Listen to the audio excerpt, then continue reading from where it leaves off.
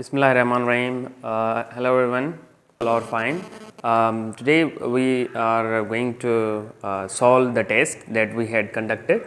SPSC ji preparation je lai subject specialist and Talka municipal officer ji test preparation je lai asa mock test conduct कई हुई जैमें different students J can 100 plus students हुआ test ॾिनी ऐं उन्हनि जी result काफ़ी बहितर हुई. अॼु असां हिन टेस्ट खे सॉल्व कंदासीं ऐं ख़बर पए त जीअं कुझु जेके स्टूडेंट्स आहिनि जिन कुझु ग़लतियूं कयूं आहिनि त उन्हनि जूं कहिड़ियूं ग़लतियूं हुयूं. So let's start. First question हुयो she as well as her sisters.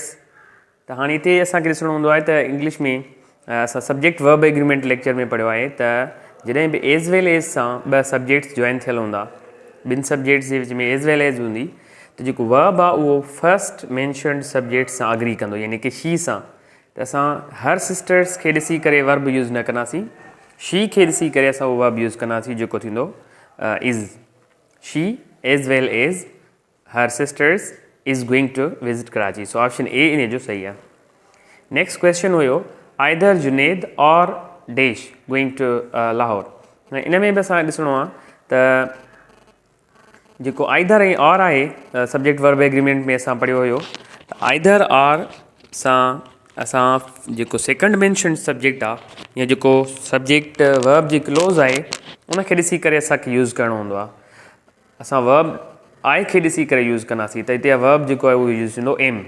Either Junaid or I am going to Lahore. छो आइदर आर ऐं neither nor not only but also इहे कोरिलेटिव कंजक्शन्स आहिनि ऐं कोरिलेटिव कंजक्शन्स में वर्ब सेकंड मैंशन्ड सब्जेक्ट सां use थींदो आहे. नंबर 3 क्वेश्चन हुयो स्पेलिंग जो हुयो ब्यूरोक्रेसी जी स्पेल उहा जेका आहे CBUREAUCRACY ब्यूरोक्रेसी.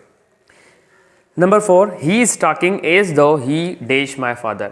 हाणे ही अनरियल पास्ट जो सेंटेंस आहे जंहिंमें असां as if as though would that I wish अहिड़े क़िस्म जा जॾहिं बि सिग्नल वर्ड्स हूंदा त असां हुन में वर यूज़ कंदासीं या सिंपल पास्ट टेंस. जेकॾहिं सिंपल पास्ट टेंस न आहे त पोइ वर जहिड़ो बि सब्जेक्ट हुजे हुन सां वर यूज़ थींदो.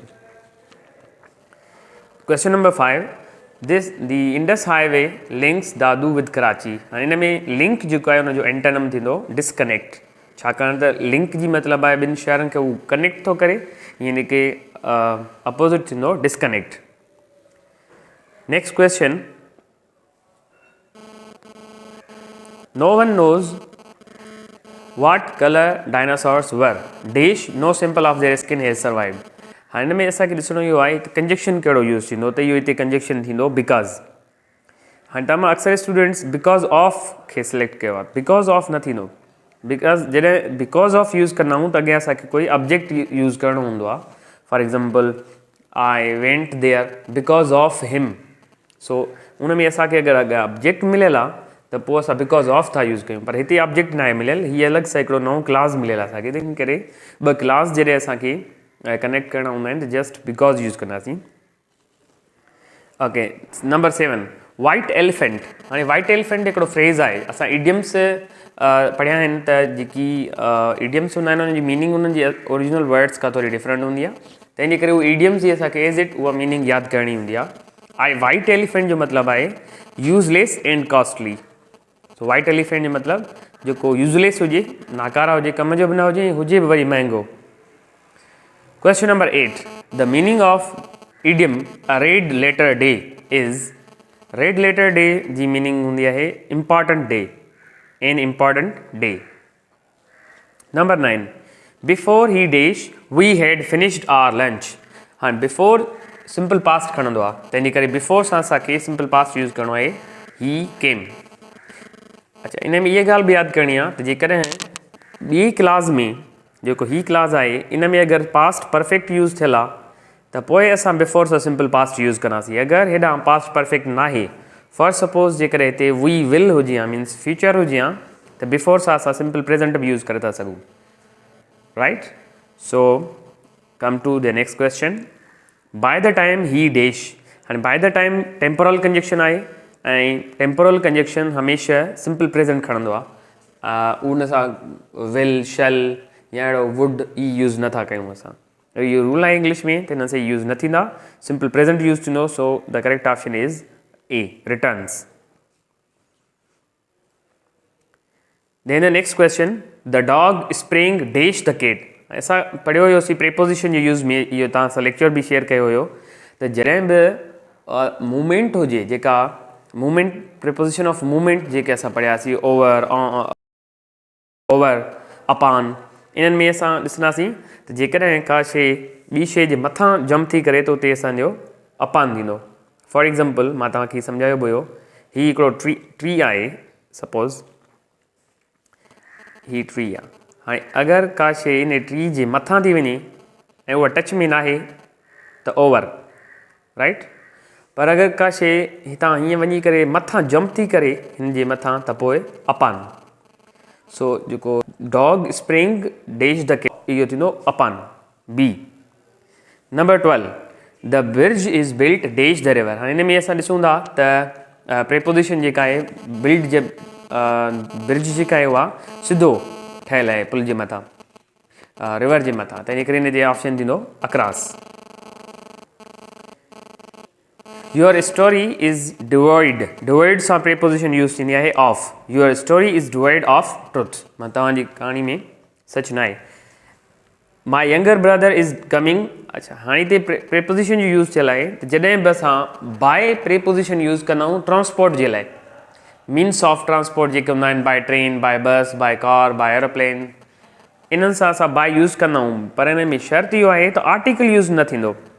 सो ही ॿ ऑप्शन्स जेके आहिनि उहे न थींदा.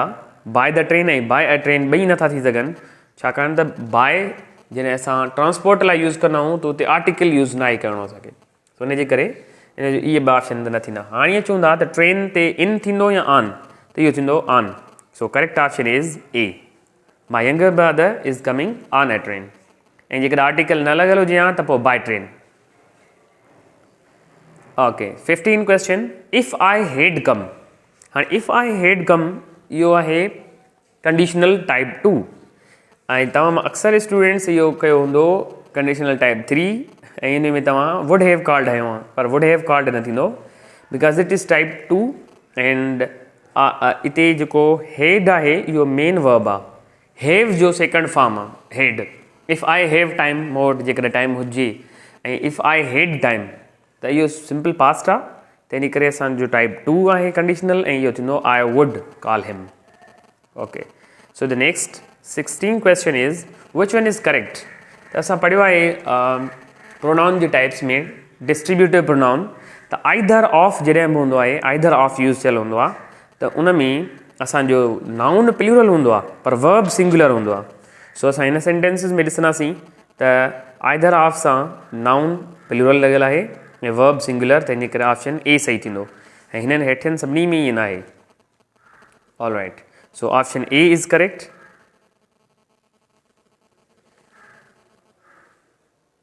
नंबर 17, विच वन इज़ करेक्ट. अच्छा, हिते वरी ॿियो अची वियो आहे. त हिन में असां फ़र्क़ु डिफरेंस पढ़ियो हुयोसीं प्रीपोजिशन वारे टॉपिक में, लेक्चर में. त जॾहिं बि इंस्पाइट हूंदो आहे त हुन सां ऑफ यूज़ थींदी आहे प्रीपोजिशन, त इन करे इहो ग़लति आहे.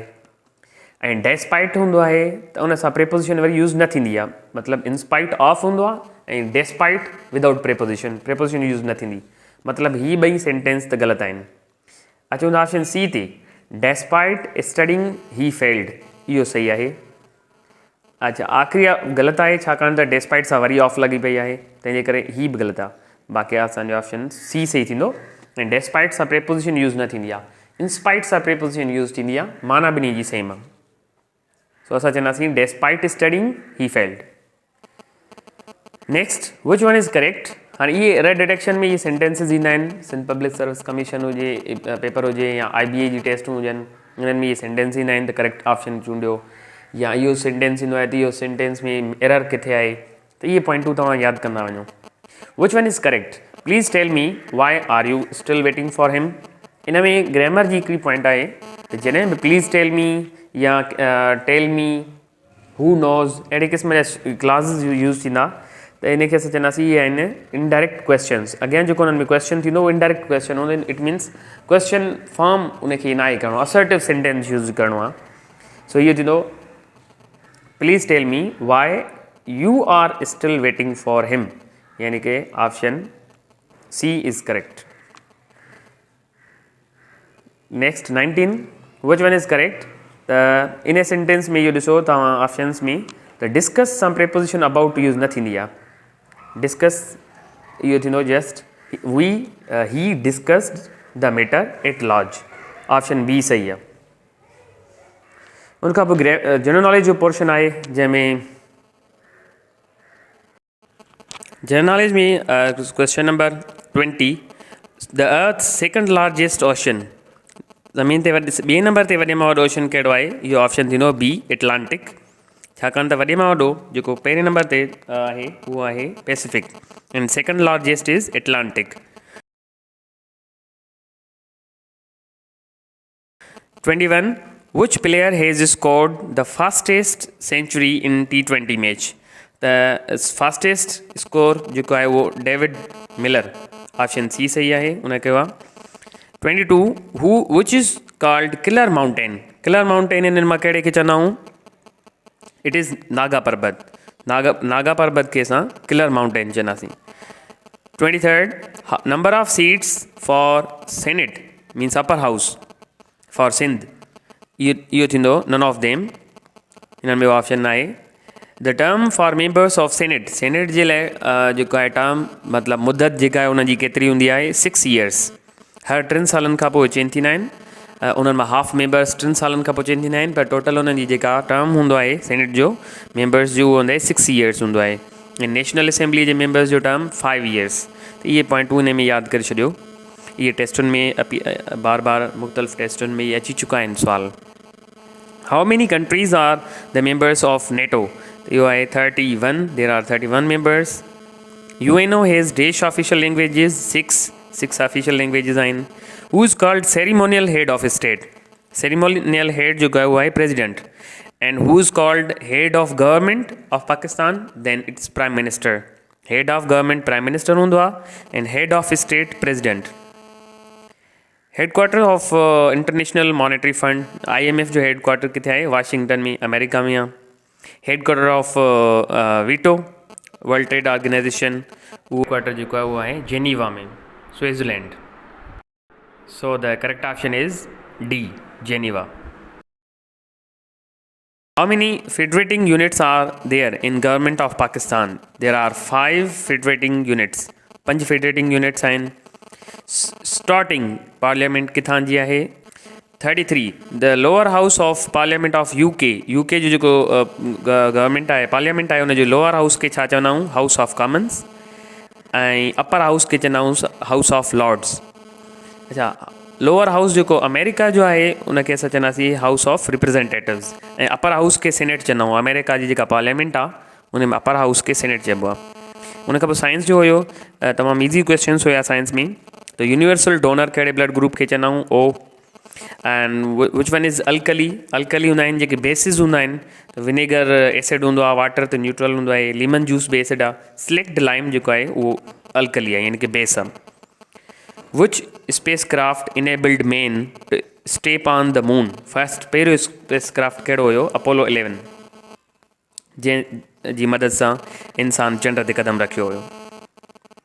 Which one is not the planet of inner solar system? Solar system जैसा 8 प्लैनेट्स पढ़िया आहिनि डिटेल में लेक्चर मौजूदु आहे त उन में जेको इनर प्लैनेट्स आहिनि उहे आहिनि पहिरियां 4 Mercury Venus Mars and earth.